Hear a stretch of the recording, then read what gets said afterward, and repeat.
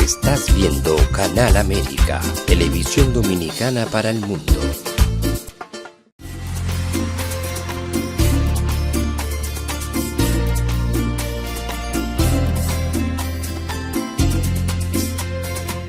A Time for True show is sponsored by the Office of Dr. Bernard Fialkoff, a periodontal, dental implant and laser specialist in New York City, for over 40 years. Dr. Fialkoff was honored by the International College of Dentists and Pierre Fauchard, and received the Presidential Lifetime Humanitarian Honor from the White House. Call us at 718-229-3838. Sometimes life can be so damn hard. You don't know where to go. Everything keeps falling apart. Yeah. You try to do your best, but only God knows that you've given everything you've got, but the world takes you down. You just keep moving on. Let your fears. Welcome to A Time for True show. I'm your host, Dr. Bernard Fialkoff, and it's holiday time. It's a beautiful time of the year. Makes us appreciate everything that we have in the world. There's so much that we enjoy, we delight in. Absolute nature all around us, technology with all its advances. There's so much that we have to be thankful for. But are we actually looking at the future? Are we actually thankful, or are we just utilizing? Are we just receiving? Or are we doing more than that and creating and assuring that future generations, that our children, their children, which are our grandchildren, will have the same benefits that we've had? I think sometimes we get too immersed into what we want and what we would like to do, and we forget what is important for nature, for humanity, for future outlook. We get too much immersed into our self-desires, what we want, what we do, what we look at, what we think is important, and we forget that life is a collaborative activity. So I want to put some pictures up on the screen for you to start the show, because it's a little bit difficult show because we're going to deal with some issues that are troubling. But let's first start out with all that we have and put up the first image, engineer. And just a very simple image of nature. In autumn, the leaves on the ground of all different colors, the clouds covering the mountains in the background, the myriad of different varieties of trees that exist, that grow, that go into hibernation in the winter, and miraculously come back for us every spring. The trees don't go on strike. The trees don't complain. But are we taking care of them? Let's go to the next slide. And we have the animal life, the wildlife that we really are so enamored by, that we are captivated by, because they're life forms different than us, but with their own needs, and aesthetics, the beauty of what we have on this planet. Let's go to the next slide. And what we encounter, really, this is just all around us in the United States, and the bears. And the beauty of the bears. And just looking at this picture, they're mammoth and they're tremendous in size, but they're very cuddly. And you almost want to give them a hug, although you have to respect the bears because they have their own needs and desires and space and what they consider proper behavior. But they also have a right to live and to exist aside from mankind. Let's look at another image that we want to put up. Buddha, let's put up the next image. And we have other forms of wildlife. I thought this would be very interesting because sometimes when we look at the ape species, for some reason mankind seems to have some kind of bond or some kind of affinity when he views pictures of a different species, but one that seems to be similar. And so we have all this nature around us, constantly going in the circle of life, but we're compounded now by some facts that we have, because as mankind, as we've been expanding, unfortunately, some of our byproducts are pollution. And some of our byproducts of waste have become quite a dilemma. What to do about this? It's very easy to blame. We could blame city governments. We could blame industrial companies. We can blame environmentalists that they're too strict. But I don't find that blaming and placing guilt ever does very much in going forward. But let's look at some disturbing facts, not to point the finger at any entity, but to bring out a big problem we have on this planet right now. And so I'm going to play a video for you that I thought would be very important. Engineer, let's put on the video for our viewers to watch, and you will get some idea of the dangers that we're facing with the very waste products that exist and occur, not only because of our industries, but really by our own lives and the foods that we eat and then excrete. Let's put on the video.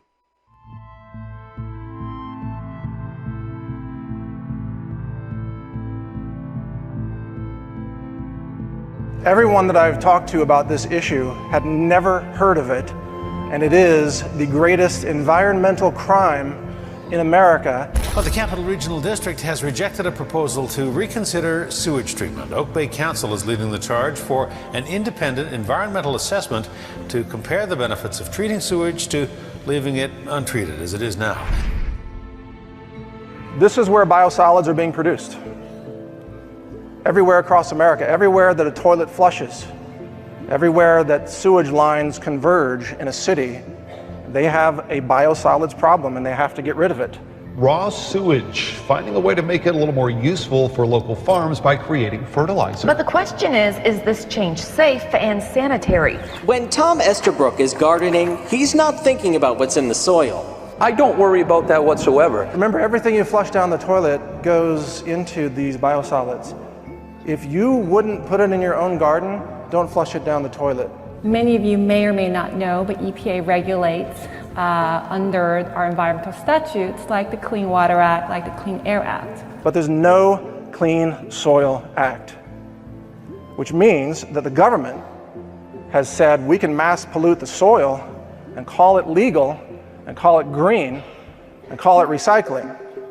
So we now have government legalized pollution, and it's been legalized by the EPA, which I would say, in my opinion, is a highly corrupt organization that needs to be radically reformed to actually protect the environment like they used to do back in the 1970s. The EPA and we as a country have inadvertently created really a devastating vector for bioterrorism of ourselves. Biosludge always contains one chemical, we found. There's one chemical that's a marker for it. It's Benadryl, the over-the-counter drug.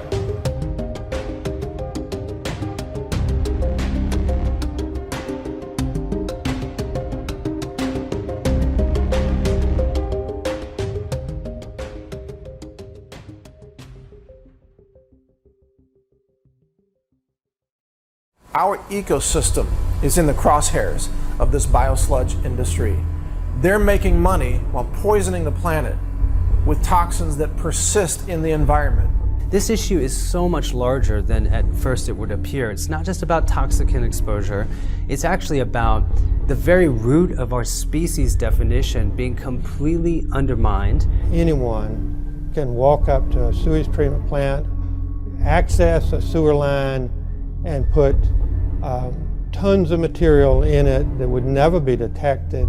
At a time when we've got the World Health Organization and the CDC very concerned about the rise of antibiotic-resistant superbugs, here we are, city by city, spreading infectious material, viral material, antibiotics in the biosludge with pharmaceuticals and hormone disruptors and immune suppressors. And then we wonder, well, why are people getting sick? Sewage sludge contains over 80,000 chemicals, and that's because the EPA made a rule that requires all industry to dump their industrial chemicals in sewage. And every year there's 1,000 new synthetic chemicals. And of course EPA keeps telling us it's nutrient rich. But what they're doing out of ignorance and greed is basically a form of domestic terrorism when unknowingly or unwillingly they spread the myriad of pathogens and toxins that cannot be eliminated from the natural environment. They are immune to prosecution, but let any scientist try faking data for his own personal gain, they don't last any time. They will be fired and put in prison. But fake data for the government in its interest, in the industry's interest, and you will be promoted and protected at the highest levels. So this is a problem that multiplies itself in our living environment. All it takes is one person in one city to create a tremendous infectious disease event that can be extremely costly. Any toxic chemical that a bioterrorist could want to use can be added to a sewer, go through the plant, be spread out in the surrounding city and countryside, courtesy of the municipal government. Nobody will know it until people start dropping dead.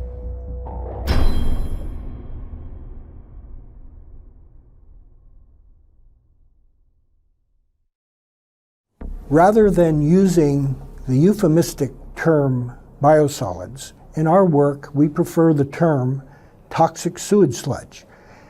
The sludge, the solids that come out of the back end of anybody's publicly owned treatment works or wastewater treatment plant is sludge. It is the solids. It is known as sludge under any federal definition.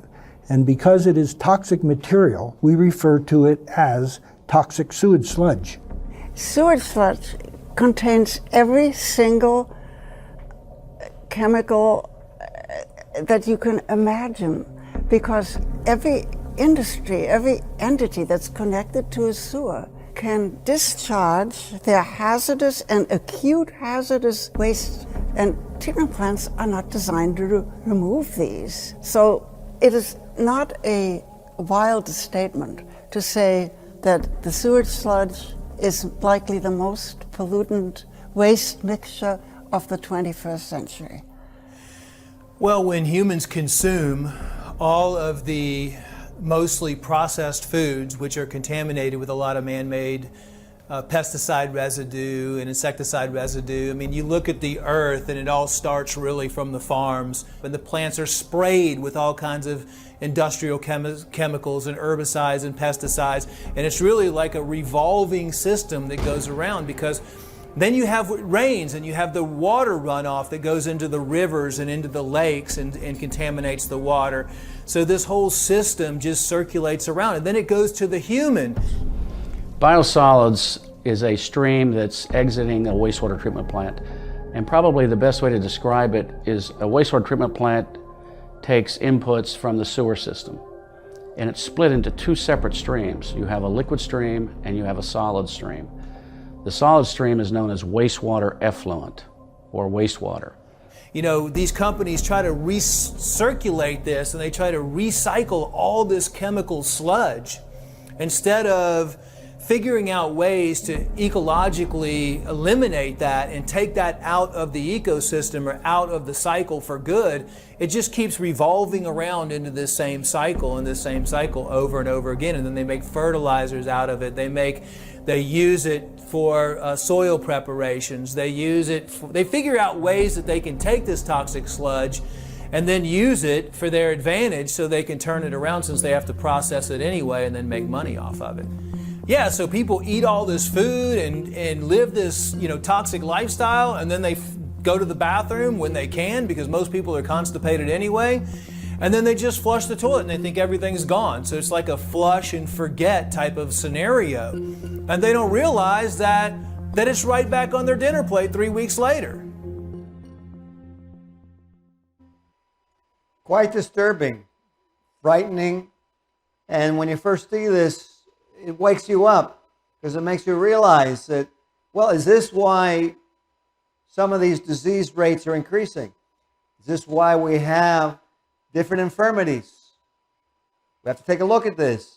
We have to realize that as a community, as a whole, as I said at the beginning of the show, not pointing fingers, but actually looking at this from the impact that it's going to have on our children, on our grandchildren, and obviously on us also, because we're existing, and on nature, animal life, plantation, vegetable life, plant life. So let's take a look at some facts that are scientific. And Buddha, if you put up those texts, please, on the screen, we'll start out with the first image and give you some actual facts on what has been found that's contained in this waste. And let's first go to a study by the University of Illinois in 2020, showing, and not to point fingers, but just so that we start getting grips on this, because, people want to eat certain foods, they go to the restaurant, and there's a tremendous demand.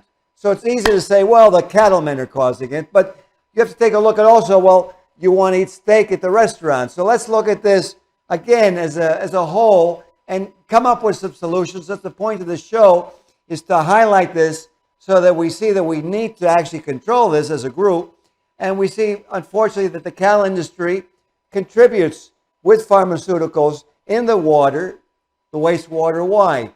Because of the growth regulating steroids, because of the hormones injected into the animals, all of this to enhance and promote that cattle, so that when eventually you go to the restaurant and have your favorite sirloin or whatever, it's plump, it's juicy, but is it healthy? And is it really something we want to do? Let's go to the next image, please, number 2, and we'll go to the next study that we want to highlight here. And this one is that, very important, that sewage plants and our own human excreta have also been named as sources for polluting our water systems. And how is this? Well, if you just take a look at the myriad of pharmaceutical drugs and illicit street drugs that are being consumed by our communities, by our societies, obviously it's going somewhere. It's not just staying within our bodies. And unfortunately, it gets excreted. And as the video said, we sometimes take some kind of an innocent or maybe ignorant approach that we flush and it's gone. Let's go to the third image that we want to show you to again highlight what's been going on. Because there's hormones, such as estrogen, that have been linked to increased breast cancer amongst women. And we have all of these groups that are really there to try and help with cancer, with treatment for cancer, with surviving. But then we look at that our own society, through these waste products, are increasing estrogen in these waste systems. And so it's increasing breast cancer in women, infertility of men. You have a lot of, men who are looking to fix this problem because they want to have children, and other effects that affect those people's reproductive systems. Let's go number 4, and we'll go to the next image. And this one is a collaborative study from 3 different institutions: the Indian Institute of Technology of Delhi, the Georgia Institute of Technology, and the Michigan State University.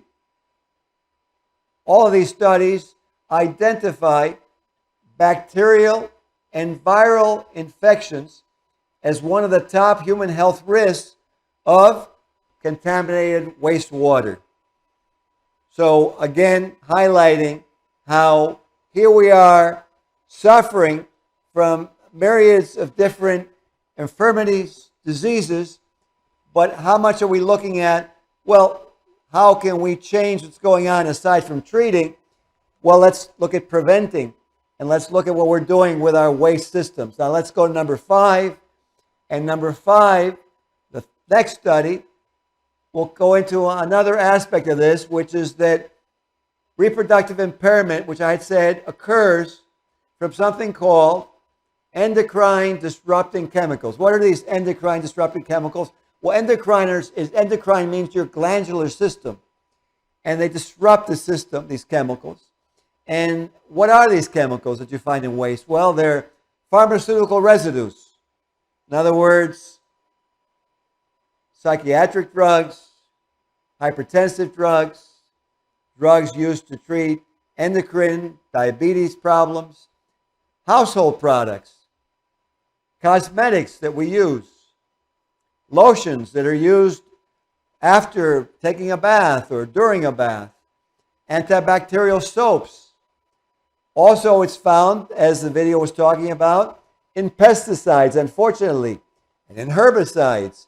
And then you look at then, well, should we be growing organically, not as an option, but really as a national initiative? Why? So that we can have a healthy population. We talk about health care. We argue about health care. We argue about the cost of health care. But we could very simply look at what we're doing and how to improve the health in the country by eliminating some of these waste products that are actually causing disease, infirmities, and that are going on daily. Also, one of the other things very important, because we use plastic so much, plastic packaging causes endocrine disrupting chemicals. So here you see this whole cycle, and you see that sometimes we get lost as to what's really creating the problem, and we need to take a look at, well, what are we going to do about this? Because populations are increasing. There's plenty of land, but we need to protect our land. We can't be bringing our waste and dumping it in nature in land that's, let's say, 300-400 miles away because it's sparsely inhabited.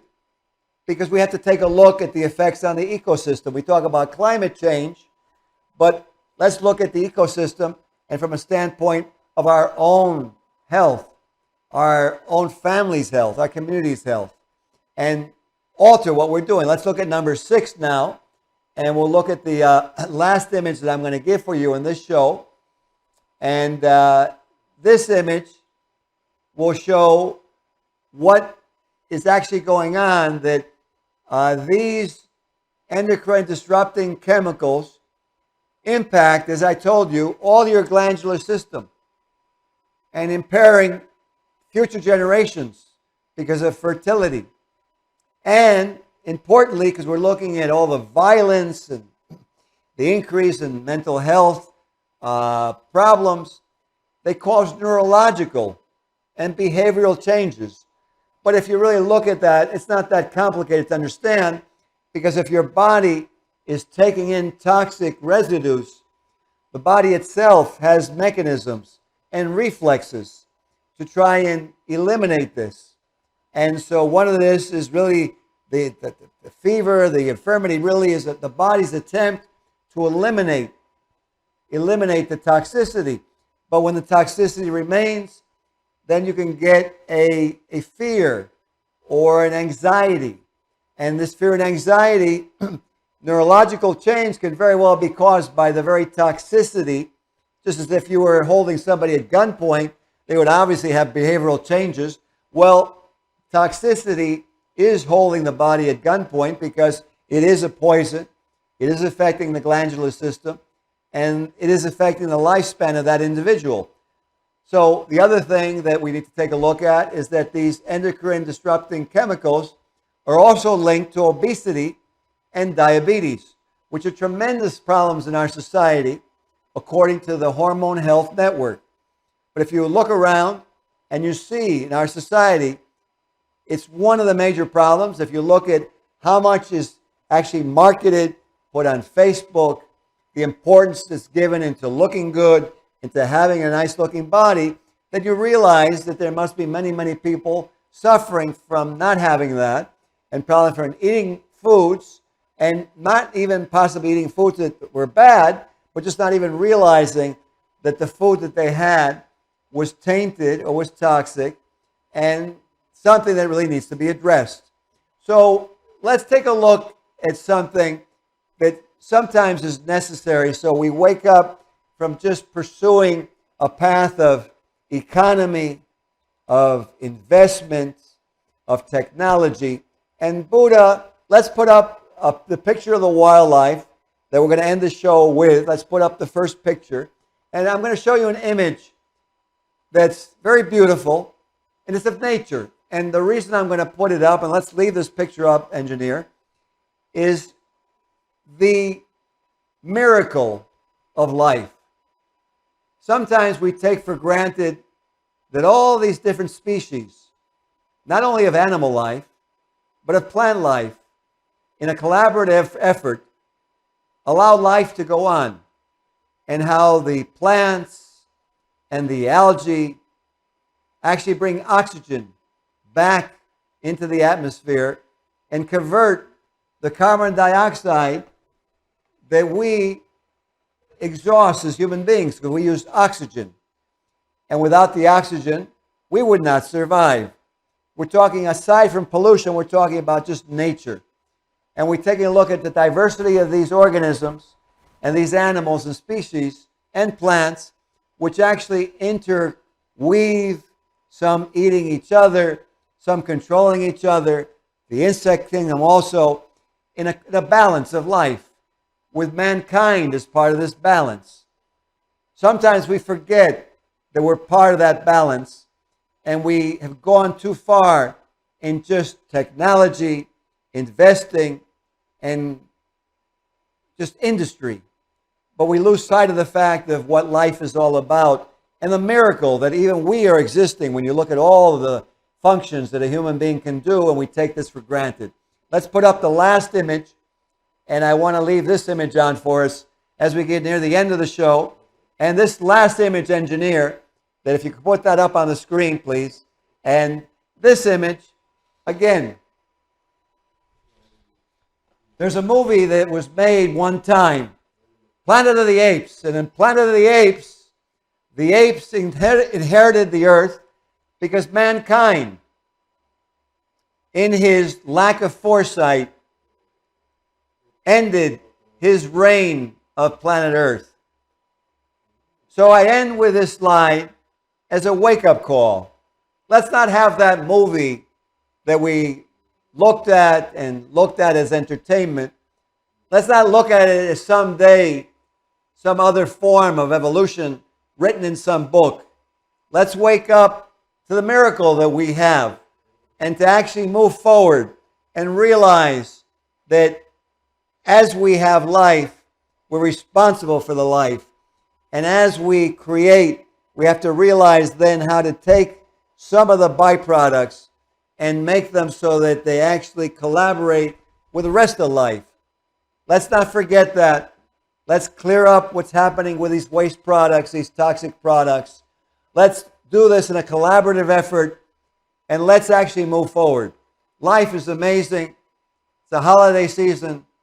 Hanukkah was here. Christmas is coming. New Year's is coming. Let's have a New Year's resolution that in 2024, not only do we expand, but we handle those things that need to be handled. We don't overlook them. We don't forget about them. We don't hide them in some mountain that's beautiful and gorgeous and someday may become toxic. Let's not have that happen. Let's preserve the miracle of life. Thank you for watching this show. Thank you for, I know what you'll do after this show. We'll see you on the next episode of A Time for Truth show. Good night. Sometimes life can be so damn hard. You don't know where to go. everything keeps falling apart. Yeah. You try to do your best, but only God knows that you've given everything you've got, but the world takes you down. You just keep moving on. Let your feet